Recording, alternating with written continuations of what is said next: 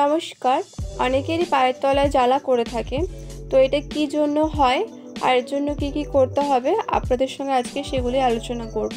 তো প্রথমেই বলি, যাদের B12 কম থাকে, hyperthyroid, diabetes, high blood pressure থাকে বা কিডনি ড্যামেজ হয়ে থাকলেও পায়ের তলায় জ্বালা করে থাকে, তো এর জন্য প্রথমে আপনাদেরকে এই টেস্টগুলো করে নিতে হবে। তারপরে কিছু এক্সারসাইজ আমি আজকে দেখিয়ে দেবো।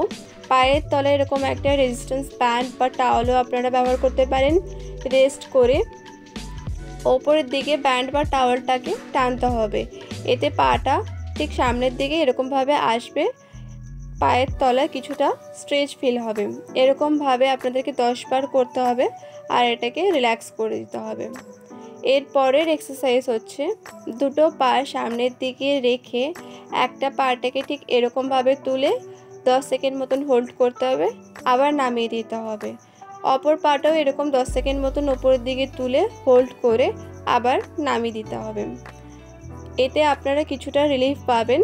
আর যদি সম্পূর্ণ ট্রিটমেন্ট করাতে চান, স্ক্রিনে দেওয়া নাম্বারের সাথে যোগাযোগ করে নিতে পারেন। আর চ্যানেলটি সাবস্ক্রাইব করতে ভুলবেন না। ভিডিওটি ভালো লাগলে লাইক, কমেন্ট ও শেয়ার করবেন। Thank you for watching.